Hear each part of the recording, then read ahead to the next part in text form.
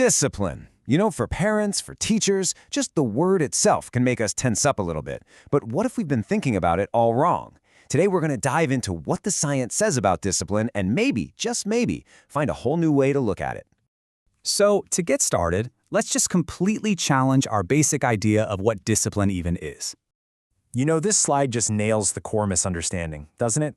We so often think discipline is this battle of wills. It's about shouting. It's about winning. But the reality, the goal isn't to win a fight. It's to build an environment where good behavior is just the natural choice. And that leads us to this really cool concept from pedagogy called conscious discipline. And this part is absolutely key. It's not about blind obedience like a drill sergeant. It's about students and teachers actually sharing a system of values. It's a partnership, right? It's built on mutual respect, not just a top-down power trip.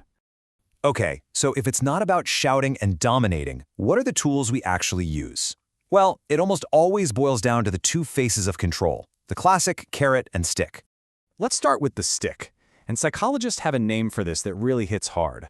Love withdrawal. It's basically when we control kids by pulling our affection away when they do something we don't like.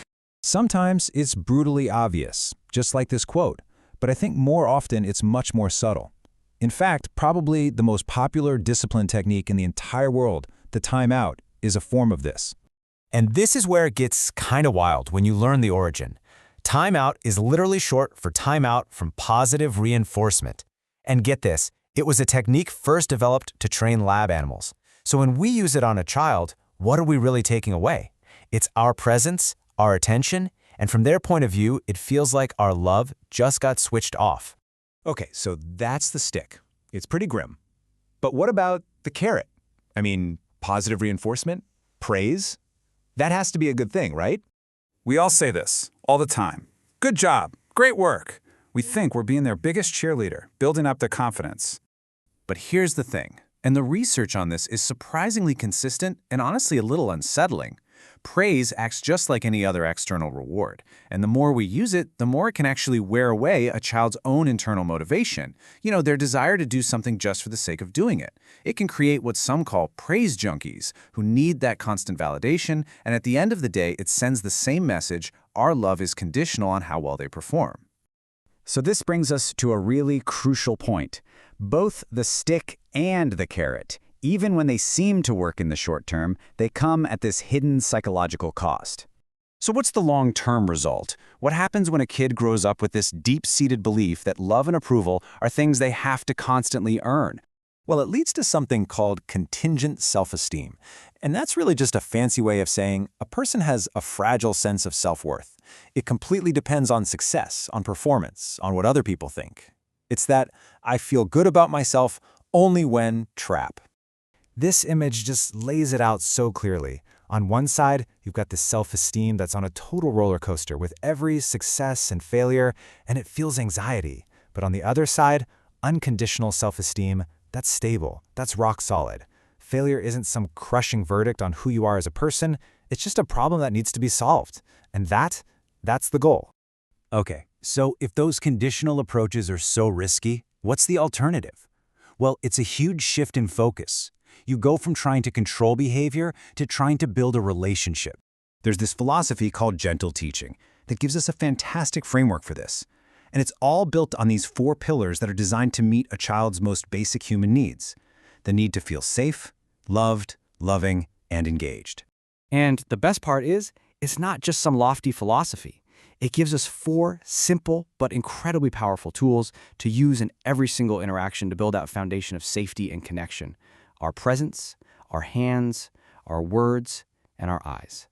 And with this approach, you start to see misbehavior completely differently. It's not some problem that needs to be punished anymore. It becomes an opportunity. It's a signal, a clue, that a child has an unmet need or they're just struggling to communicate something really important. So, what does this look like in the real world? Let's break down some practical, in-the-moment strategies. This gives us a super simple 3-step playbook. And the golden rule is to always start with the least intrusive method you can. So first, you try a nonverbal cue. Maybe just some eye contact or moving a little closer. If that doesn't work, okay, then you move to a quiet verbal reminder. A direct reaction should be the absolute last resort. And even then, it's polite, it's short, And it's never a public shaming. And it's so vital to remember what's going on underneath the behavior. Think about Jonas, that student who would have a total meltdown when he lost a game. His cry of, "I tried my best," showed you that there was real pain there. So the first step wasn't to punish the outburst, it was to validate that feeling behind it. Once you do that, then you can guide the action. So let's wrap all this together. When we zoom out, what is our ultimate goal? What are we really truly trying to achieve with discipline? You know, it is so easy to get fixated on the short-term goal, compliance, just getting a kid to obey, right here, right now. But the real prize, the long-term goal, is so much bigger. It's about raising a psychologically healthy person, someone who's empathetic, someone who has unconditional self-worth, and someone who is motivated from within to do the right thing. So, we'll leave you with a final thought to ponder, and it's a shift in perspective that could really change everything.